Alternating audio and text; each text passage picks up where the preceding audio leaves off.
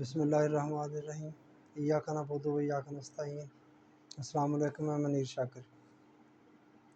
قرآن کے ایک حرف کے بدلے 10 نیکیاں اور سورہ اخلاص کے بدلے جیسا کہ عوام میں عام ہے پورے قرآن کا ثواب۔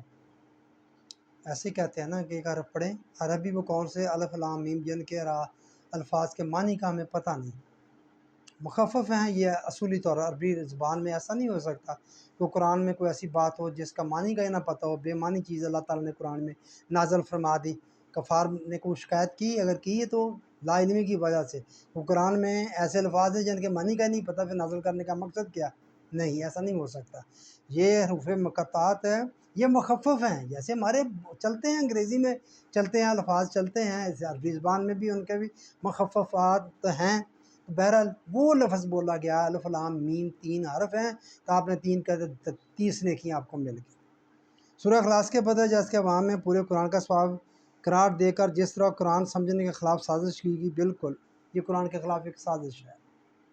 تو قرآن کو 3 دفعہ سورۃ اخلاص پڑھ لیں، آپ کو پورے قرآن کا ثواب مل گیا۔ ثواب ہی کمانا ہے نا، جنت میں جانے کے لیے ثواب کی ضرورت ہے، ثواب کمانا ہے تو ثواب اس طرح آپ کو بیٹھے بیٹھے مل گیا۔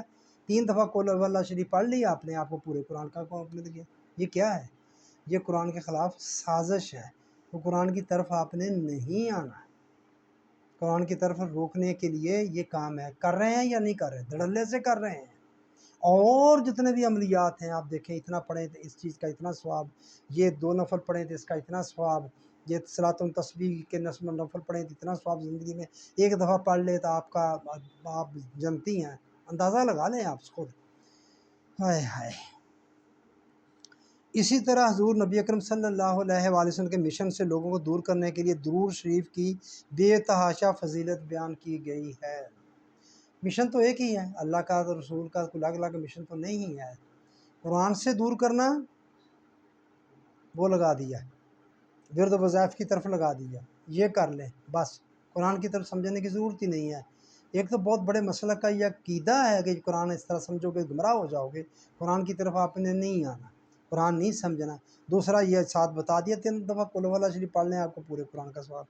اور اسی طرح نبی اکرم صلی اللہ علیہ وآلہ وسلم کے مشن جو انہوں نے کام کیا، اس کی طرف آنے سے روکنے کے لیے بس آپ درود شریف بیٹھے پڑھتے رہیں۔ یہ عبادت ہے جو بیٹھے بیٹھے قبول ہی قبول ہے، بس آپ اس کا سلام کا جواب دیتے ہیں تو یہ آپ پر ثواب ہی ثواب ہے۔ آپ تھوڑا سا غور کریں اس پر کہ اس وقت کروڑ ہا مسلمان ہیں اور وہ درود شریف پڑھ رہے ہیں اور نبی اس کا جواب دے رہے ہیں۔ کس طرح جواب دیتے ہوں گے؟ فرشتے آپ کی طرف سے جواب دیتے، کیا ہے یار، کیا سمجھتے ہیں، کیا معاملہ ہے؟ ایسا لگتا ہے جیسے نبی اکرم صلی اللہ علیہ وآلہ وسلم کی بعثت کا مقصد ہی درود شریف پڑھنا اور پڑھانا ہے۔ آپ کا مقصد ہی یہ تھا، بس آپ درود شریف پڑھتے ہیں۔ کتنے درود شریف ایجاد ہو چکے ہیں، بے تحاشا بے تحاشا، ہر ایک کے فضائل ہیں، یہ پڑھتے جائیں بس، اور کچھ نہیں۔ جتنا ہے اس کا فائدہ ہے۔ اگر قرآن پڑھنے میں اس کا سمجھنا بھی شامل رکھا جاتا جو ہے، وہ چیز میں نے پڑھی کہوں گا تو سمجھنا اس میں شامل ہے۔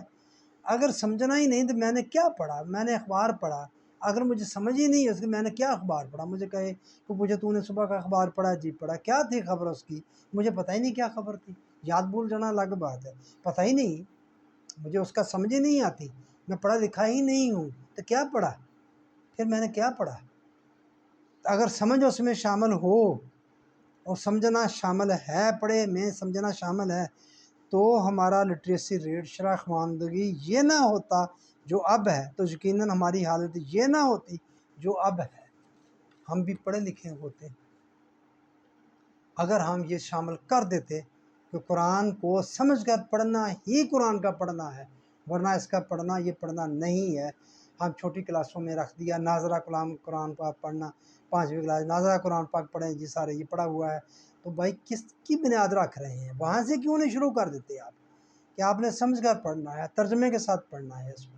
تو وہاں سے ہی سب جو ترجمے کے ساتھ پڑھنا ہے، تو ہر بندہ جو ہے وہ اس کا ترجمہ پڑھنے کے لیے اردو سیکھے گا، الف بے پہ سیکھے گا، کم سے کم اتنا تو اس کو پتہ چلا۔ ہماری اب لٹریسی ریٹ یہی ہے نا، جو اپنا نام لکھ لیتا ہے وہ اس کو ہم پڑھا لکھا کر جانتے ہیں، یہ لٹریسی ریٹ کا ڈیفینیشن ہے، ہاں جی۔ تو وہ اگر ہم اس کو سیکھ لیتے سیکھ لیں اگر تو بہت سارے لوگ پڑھے لکھے ہو جائیں گے، سارے ہی ہو جاتے پھر، کیونکہ مذہب میں شامل ہو گئی جو قرآن پاک تو ہمارا تقریباً ہر بندہ ہی جب پڑھا لکھا، چند ہوں گے تھوڑے ہیں لوگ جو قرآن بھی نہیں پڑھ سکتے، قرآن کے نہیں پڑھے لکھا، لیکن چلیں جو پڑھے لکھے جو قرآن پڑھا ہے تو کم سے کم سمجھ کر پڑھتے تو وہ پڑھے لکھے کہلاتے، تو پھر حالت کہاں ہوتی؟ علم ہی ہے نا۔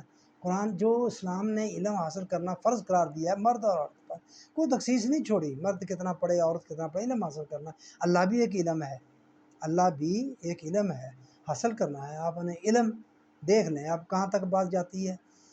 تو میرے بھائیوں یہ ہے، یہ سازشیں ہیں جس کو ہم نے سینے سے لگایا ہوا ہے، ادھر ادھر ہوتے نہیں ہیں، کہتے نہیں ہیں کہ یہ چیز غلط ہے، نہیں بس ٹھیک ہے جی چلیں لگے ہوئے تو ہے نا، قل ہو اللہ شریف تو پڑھ لیتے ہیں، تو یہ ہے معاملہ۔ تو میرے بھائیو اللہ تعالیٰ ہمارے حال پر رحم کرے، رحم جو اس کے تقاضے ہیں وہ پورے ہوں گے تو رحم ہوگا، ایسے نہیں ہوگا، کر سکتا ہے وہ سب کچھ، کرتا نہیں ہے۔ میں آپ کو بتاؤں دراصل ہمارا بگاڑ بہت زیادہ ہے، ہم بہت زیادہ بگڑ چکے ہیں، تربیت ایسی ہوئی ہے، ہمارا جو مذہبی ماحول جس میں ہم نے تربیت پائی ہے وہ ظاہر ہے غلط تھا، غلط ہے، اسی کے اندر ہی ہماری پرورش ہو رہی ہے، ہم عقیدہ جبریہ کے اندر پرورش پا رہے ہیں، تو سب کچھ تو اللہ ہی کرتا ہے، اللہ نہیں کرنا ہے، بس ٹھیک ہے کر لیں یہ جو کچھ بھی ہے تھوڑا بہت کرتے رہیں، پر اللہ نے کرنا ہے، اللہ کو راضی کر لیں آپ کسی طرح پھر ہو جائے گا۔ بس میرے بھائیو یہ بات میں آپ کے سامنے عرض کرنا چاہتا تھا، آپ نے سنی، آپ کی مہربانی۔